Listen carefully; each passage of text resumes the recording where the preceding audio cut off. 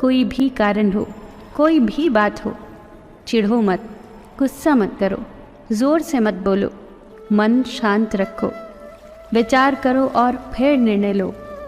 आवाज़ से आवाज़ नहीं मिटती, चुप्पी से मिटती है। तकलीफ सिर्फ आपको होगी, दुख भी आपको ही होगा। मन शांत रखोगे तो सुख भी आपको ही मिलेगा।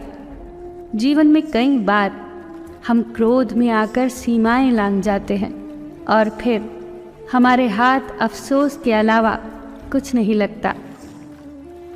एक बार एक आदमी अपनी नई कार को बड़े प्यार से पॉलिश करके चमका रहा था। वहीं पास में खड़ी उसकी 4 साल की बच्ची पत्थर के एक टुकड़े से कार पर कुछ लिखने लगी। कार पर खरोंच लगती देख पिता को इतना गुस्सा आया कि उसने अपनी बेटी के हाथ को जोर से मरोड़ दिया। इतनी जोर से कि उसकी एक उंगली की हड्डी पर बहुत चोट लगी। अस्पताल में दर्द से कराती हुई बेटी ने पापा को गले लगाकर पूछा, पापा मेरी उंगलियां कब तक ठीक हो जाएंगी? शर्मिंदा पिता कोई जवाब न दे पाया। उसे अपने किए पर इतना पछतावा हुआ कि वो घर वापस आकर कार पर लाते घूसे बरसाता हुआ अपना गुस्सा निकालने लगा। तभी उसकी नज़र उस खरोंच पर पड़ी जिसकी वजह से उसकी नन्ही सी बेटी को उंगली पर इतनी चोट लगी थी। जानते हैं पत्थर के टुकड़े से बेटी ने कार पर क्या लिखा था? आई लव यू पापा, आई लव यू पापा। जीवन में सीमा हमेशा याद रखें, चाहे वो गुस्से की हो चाहे वो प्यार की हो। और ये भी याद रखें कि चीज़ें इस्तेमाल के लिए होती हैं और लोग प्यार करने के लिए, पर हम उल्टा ही करते हैं। चीज़ों से प्यार करते हैं और लोगों का इस्तेमाल करते हैं। ये दुनिया कितनी निराली है ना। जिनकी आंखों में नींद है उनके पास अच्छा बिस्तर नहीं, और जिनके पास अच्छा बिस्तर है उनकी आंखों में नींद नहीं। जिनके मन में दया है उनके पास देने के लिए धन नहीं, और जिनके पास धन है उनके पास दया नहीं। जिसको भूख है उसके पास खाने को कुछ नहीं, और जिसके पास खाने को है उन्हें भूख ही नहीं। कोई अपनों के लिए रोटी छोड़ देता है तो कोई रोटी के लिए अपने छोड़ देता है। शब्दकोश में असंख्य शब्द होते हुए भी मौन होना सबसे बेहतर है। दुनिया में हजारों रंग होते हुए भी श्वेत रंग सबसे बेहतर है। खाने को दुनिया भर की चीज़ें होते हुए भी उपवास शरीर के लिए सबसे बेहतर है।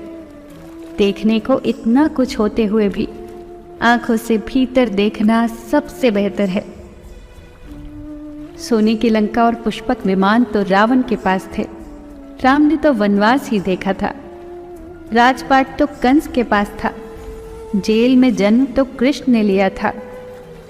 राजमहल में तो कौरव ही रहते थे, वनवास तो पांडवों को भोगना पड़ा।